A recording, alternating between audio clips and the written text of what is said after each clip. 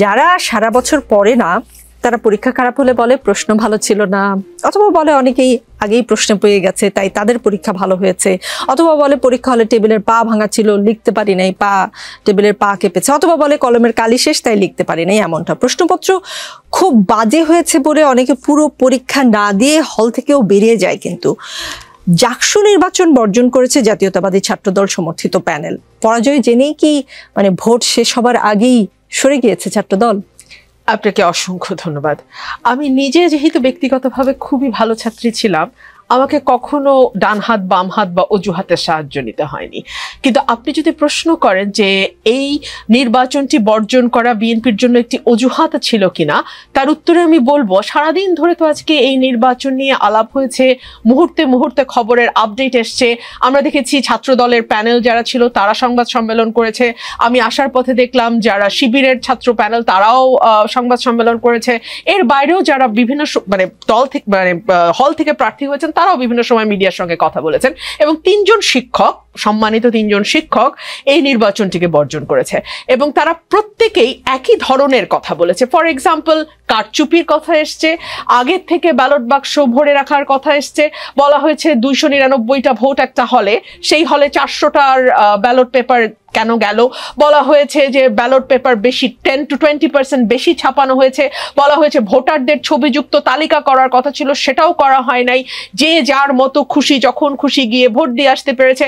অর্থাৎ প্রার্থীরা সন্দেহ করছেন, প্যানেলগুলো সন্দেহ করছে যে যারা আসলে ভোটার নন তারাও এই নির্বাচনে ভোট দেওয়ার সুযোগ পেয়েছেন।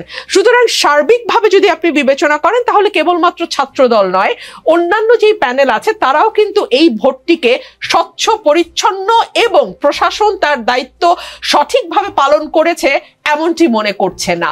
সো সেই দিক থেকে আপনি যদি দেখেন বিএনপির এই নির্বাচন বর্জনের কারণটা কি, বিএনপি কিন্তু সেটা খুব স্পষ্টভাবে উল্লেখ করেছে।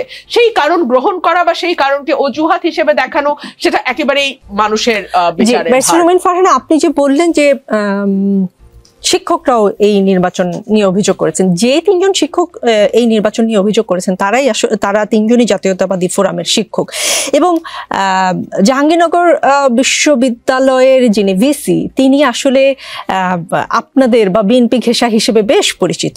তো আপনারা সব অভিযোগ, যেটা ডাকসু থেকে খানিকটা কিঞ্চিত অভিযোগ ছিল যে ঢাকা বিশ্ববিদ্যালয়ের যিনি ভিসি তিনি জামাত ঘেঁষা ভিসি, সেই কারণে ওরকম হয়েছে। কিন্তু জাহাঙ্গীরনগরে তো বিএনপি ঘেঁষা ভিসি, তারপরেও আসলে আপনারা নিয়ন্ত্রণ করতে পারলেন না, এত অভিযোগ আপনাদের।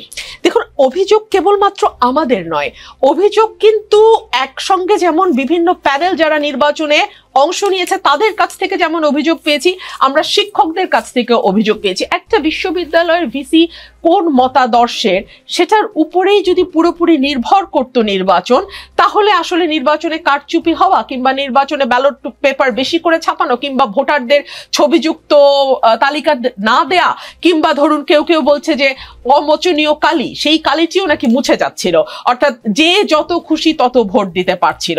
এই বিষয়গুলোকে আমার মনে হয় মানে পাল্টাপাল্টি অভিযোগের বিষয় না করে বিশ্ববিদ্যালয়ের প্রশাসনের উচিত হবে যে অভিযোগগুলো এসছে সেগুলো খতিয়ে দেখা, এবং নির্বাচনে সত্যি সত্যি যদি কোনো রকম কোনো কারচুপি 9-6 হয়ে থাকে তাহলে সেই নির্বাচনটিকে আসলে গ্রহণ না করা।